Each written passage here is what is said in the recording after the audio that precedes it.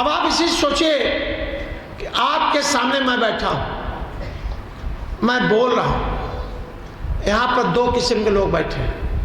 एक जो मेरे भक्त हैं वो एक टक हमको ऐसे देख रहे हैं, एक टक कि बाबा हमको क्या बोल रहे हैं। और एक भक्त ऐसे भी हैं जो इधर देख रहे हैं, उधर देख, इधर देख रहे हैं, उधर। कल्याण किसका होगा? जो एक टक देख रहा है उसका, कि जो ऐसे ऐसे ऐसे ऐसे, इसका बोले।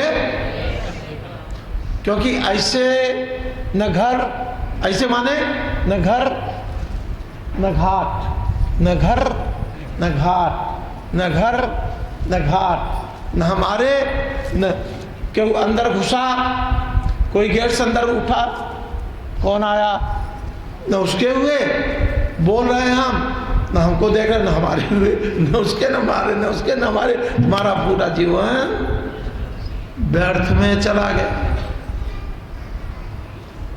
इसलिए अभी मैं क्या बताया था, जीवन में ध्यान, अगर आगे बढ़ना है तो ध्यान। पहली सीढ़ी ध्यान, दूसरी सीढ़ी तुम खुद चढ़ जाओगी, क्योंकि तुम ध्यान लगा लियो। तो पहली सीढ़ी पर चढ़ने के लिए क्या? ध्यान, कि उधर देखो, इधर देखो, उधर देखो, इधर देखो। पहली सीढ़ी ध्यान, दूसरी सीढ़ी ज्ञान। पहली सीढ़ी ध्यान, दूसरी सीढ़ी ज्ञान। ज्ञान वाली सीढ़ी तुमको खुद ही आ जाएगी, क्योंकि ज्ञान कौन देता है? बोलो। देखो बता रहे, गुरु देता। गुरु कभी ज्ञान नहीं देता। ये सब आजकल के कथावाचक बताते हैं गुरु ज्ञान देता है। ज्ञान स्वयं भगवान देते हैं, और भी भोलेनाथ देते हैं। रावण से बड़ा ज्ञानी दुनिया में आज तक कौन कोई बना? उसके कौन गुरु थे? कोई नहीं। भगवान भोलेनाथ की भक्ति करता था, इसलिए उसको ज्ञान था। ज्ञान भगवान राम को भी था, और ज्ञान हमको भी है। लेकिन एक चीज है जो गुरु देता है, ध्यान रखिएगा, वो केवल गुरु देता है। इसलिए क्या मैं बताया, पहले ध्यान, तब ज्ञान, तब जानते हो क्या होता है? समझ। ज्ञान से क्या आता है? समझ। समझ से गुरु प्राप्त होता है। गुरु खोजने से नहीं मिलता, गुरु समझ से मिलता है कि जिसके पास जा रहे हैं हमारा गुरु बनने लायक है कि नहीं है। ये समझना आपका काम है, और ये समझ तभी आएगा जब भगवान आपको ज्ञान देंगे, नहीं आप उल्टा सुल्टा गुरु बना लेंगे। इन्हें कहा गया है, पानी पीजिए छान कर, गुरु कीजिए जार। समझे? मैं बता रहा था कि आप ध्यान लगाइए।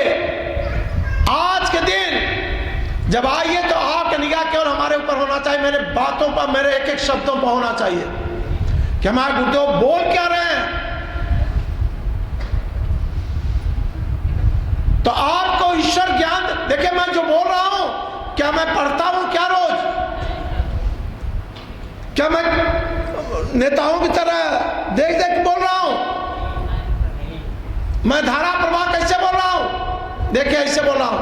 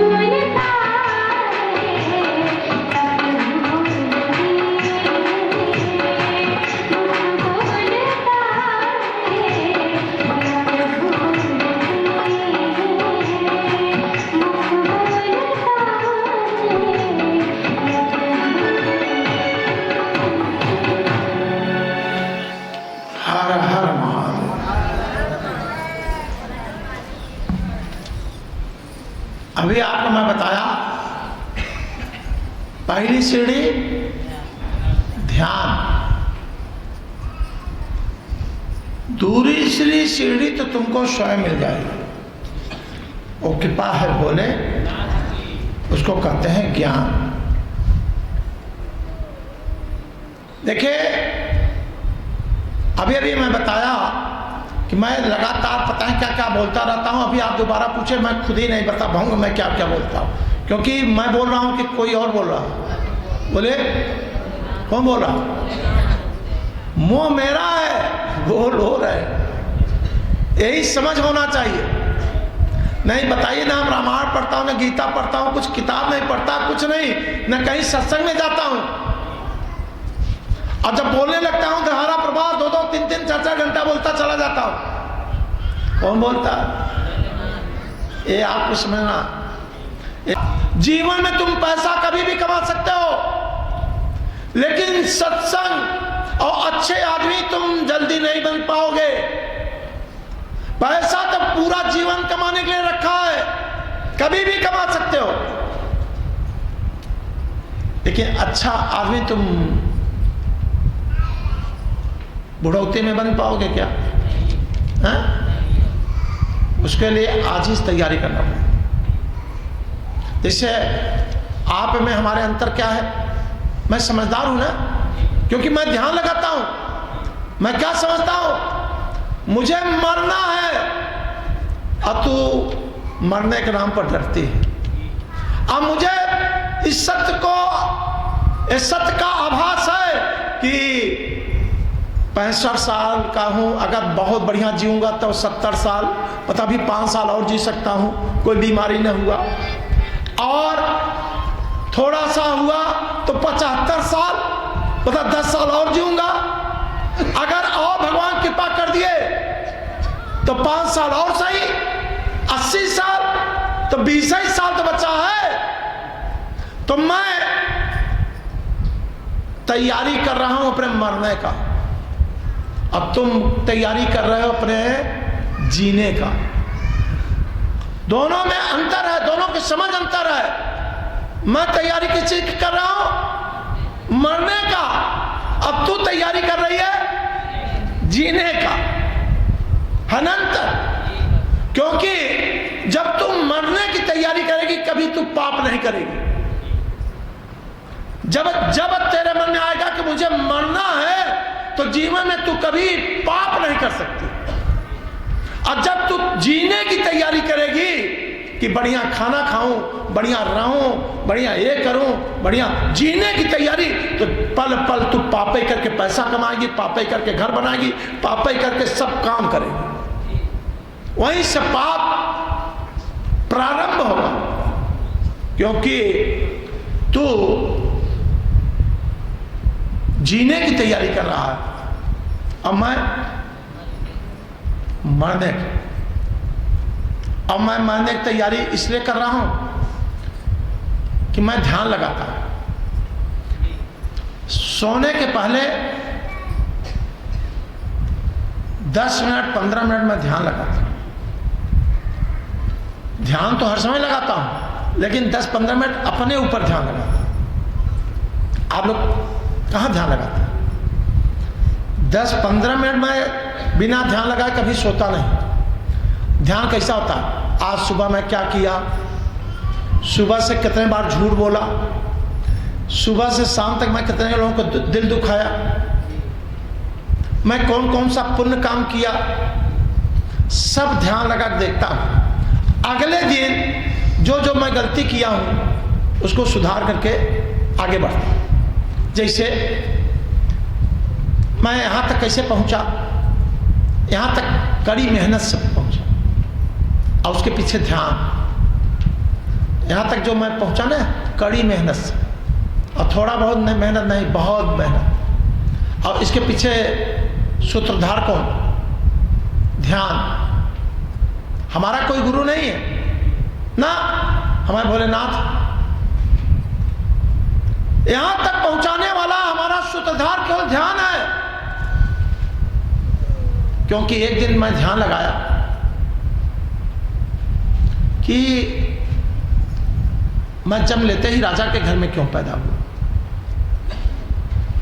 मैं जन्म लेते ही राजा के घर में क्यों पैदा हुआ? और राज बहादुर जन्म लेते ही गरीब घर में क्यों पैदा हुआ? तो फिर ध्यान लगाया, वेद पुराण का ध्यान लगाया कि हमारे बड़े बड़े जो आदर्श पुरुष हैं वो कहते क्या, चाणक्य क्या कहता है, बाबा विश्वनाथ जी, विश्वामित्र जी क्या कहते हैं। तो मैं ध्यान लगाया कि बड़े हमारे जो आदर्श पुरुष हैं क्या कहते हैं। वो कहते हैं कि जो तुम पिछले जन्म किए रहोगे, कुछ करनी, कुछ कर्म गति, कुछ पूर्वज के पाप, तो मैं पिछले जन्म में बहुत दान किया, क्योंकि शास्त्रों में लिखा है दान करने वाला हर समय राजा का जन्म लेता। तो मेरे मन में आया कि मैं पिछले जन्म में अपने धन का उपयोग किया, और जो राज बहादुर हैं एक पिछले जन्म में बहुत बड़े आदमी थे, बहुत धनवान पिछले जन्म में, लेकिन अपने धन का उपयोग नहीं किए, उस धन का दुरुपयोग किए। इस जन्म में इनको गरीब बनना पड़ा और मुझे राजा बनना पड़ा। ये ध्यान से आता है। एक कोई सिखाएगा, एक कोई, अगर जैसे हम आपको रोज सिखाता हूं, आपको समझ में आता है, अरे मैं तो लाखों रुपया, परियार जी हैं, परियार जी आप रहे वहां आश्रम बन रहा है, कितना रुपया रोज मैं देता हूं, पूछे परियार जी से, वो बताएंगे। प्रतिदिन 1.5 से 2 लाख आप लोग देते हैं? देते हैं? कोई भक्त देता है? कहां से? क्योंकि मैं अगली पीढ़ी को भी समझा रहा हूं, इसलिए मैं इनको मानता हूं। यहाँ बैठे हैं जो, ये जो बैठे ना, इसलिए मैं इनको इज्जत करता हूं, मानता हूं कि इनके अंदर समझ है, आप लोगों के अंदर समझ नहीं। इसलिए देखिए, आपको नहीं मानता, देखिए सनी को मानता हूं, आपके अंदर दिमाग ही नहीं। इनके पास भगवान चाहे पढ़े हो या ना पढ़े हो, इसका मतलब नहीं होता, समझ है इनके। अब देखिए कितना आनंद का जीवन जी रहे हैं, और जितने दिमागदार हैं देखिए कितना कष्टमय जीवन जी रहे हैं। क्यों? कि मैं अपने बच्चों को कोट कोट को पढ़ाता हूं, क्या बेटा आज तुम्हारा जन्म राजा के घर में क्यों हुआ? तुम दान किए, इसलिए हमारे घर में जन्म लिया। तो कमाई कर रहे हो, ये तेरा नहीं है, ये देने वाला स्वयं भगवान है। नहीं पता है कितने लोग एजेंसी दुकान खोले हैं, सबकी दुकानें क्यों नहीं चल रही हैं? तुम्हारी क्यों चल रही है? क्योंकि ईश्वर तुमको दे रहा है कि दान करो, बैंक में मत रखो। इतना कूट कूट करके अपने बच्चों को पढ़ा दिया हूं कि मेरे बच्चे अगर 1 रुपया पाते हैं तो आधा मैं ले लेता हूं, आधा मैं बिजनेस करूं, मूलधन मैं नहीं लेता, लेकिन कमाई का आधा ले लेता, आधा तुम अपना काम, आधा मेरा, तुम्हारा नहीं। समझे बेटा? ऐसे समझ होनी चाहिए, क्योंकि ध्यान से समझ आता है, ध्यान से ज्ञान, ज्ञान से समझ।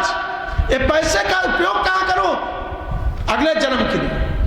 पिछले जन्म का तो मैं राजा बन गया, अब फिर ध्यान लगाता हूं, न मैं कोई तपस्या किया, न किसी जंगल में गया, न किसी मंदिर में गया, मैं भगवान कैसे बन गया? ठीक है मैं राम को याद किया, ये किया, लेकिन बना कैसे? इसलिए कि मैं पिछले जन्म में सेवा बहुत किया, और सेवा का क्या परिभाषा तुम्हारे समझ नहीं आएगा, लेकिन तभी मैं बताऊंगा। जो भूल गया अपने गुरुवर को, शैतान उसे ही कहते हैं। और जो काम आवे दीन दुखियों के, तब मैं पिछले जन्म में किसके काम आया? बोलिए। जो काम आवे दीन दुखियों के भगवान उसे ही कहते हैं। तो जब मुझे इतना ज्ञान प्राप्त है, इतना ज्ञान प्राप्त होने के बाद भी मैं नरक में जाऊं, तो हमसे बड़ा पापी कौन होगा? कि भगवान मैं कैसे बना? पिछले जन्म में दीन दुखियों का सेवा किया तो भगवान बना, दान किया तो राजा बना, और इस जन्म में मैं दोनों पकड़ लिया। क्योंकि पकड़ा कैसे? ध्यान से। ध्यान से अब मेरी ताकत बढ़ गई। एक तरफ मैं दान शुरू कर दिया 12 साल की अवस्था से, अब दूसरी तरफ घर को त्याग करके सेवा शुरू कर दिया कि मरूंगा पक्का, अगला जन्म मुझे कुछ बनना है। अब तुम मूर्ख क्या कहती है? ए जन्म में मजा ले ला, अगला जन्म क्यों देखेगा? तुम क्या कहती हो कि जितना मजा लेना हो इस जन्म में ले लो, अगला जन्म कोई। क्यों डॉक्टर साहब, यही बात है सत्य की? कुछ और? जितना मजा ले को हो ले जन्म में, अगला जन्म फिर ध्यान लगाता हूं, फिर ध्यान लगाता हूं क्या कि अक्सर चारों तरफ एक कहानी प्रचलित है, बाढ़ई पूत पिता के घर में खेती उपजाई अपने कर्म। तो हम सोचता कि ये बताओ धर्म क्या? धर्म का परिभाषा तो पुत्र है। धर्म का परिभाषा सीधे किससे जुड़ा है? पुत्र से। अगर मेरा पुत्र भगवान का भक्त है, ध्यान रखिएगा, पहला धनवान नहीं होना चाहिए मेरा पुत्र, बलवान नहीं होना चाहिए। मेरा पुत्र भगवान का कितना बड़ा भक्त है ये होना चाहिए। मेरा पुत्र कर क्या रहा है? भगवान की भक्ति कर रहा है कि पैसा कमाने का मशीन बना बैठा? तो बाढ़ई पूत पिता के धर्म में, तो मेरा धर्म इतना पताका है। देखिए कल या परसों मेरा बेटा कहां जा रहा है? केदारनाथ जी, बद्रीनाथ जी। और तुमसे कहता हूं तो तुम कहीं पैसा बहाना, कहीं कोई बहाना, क्योंकि तुम्हारे पापी है, तुमको भगवान बुलाएंगे ही नहीं। हमको कैसे बुला लेते, इनको कैसे बुला लेते, इनको कैसे बुला, तुमको क्यों नहीं? क्योंकि तू बहुत ही पाप की, तेरा अभी तरने का समय नहीं आया। इसलिए विनाश काले विपरीत बुद्धि, तेरी बुद्धि भ्रष्ट हो गई है। नहीं मैं तुमको गाय काटने के लिए ले चल रहा हूं, तुमको शराब पिलाने के लिए चल रहा हूं। तू अरे मुंह से कैसे, अरे पापी तेरे मुंह से कैसे निकल गया कि मैं नहीं जाऊंगी? अरे मैं तो भगवान के यहां ले जा रहा था। तुम कहेगी गरीब हमारे पास पैसा नहीं, ये तू कैसे कहती मेरे पास पैसा नहीं? तेरे अंदर भाव होगा, पैसा तो भगवान देने वाले हैं, तू काट देगी।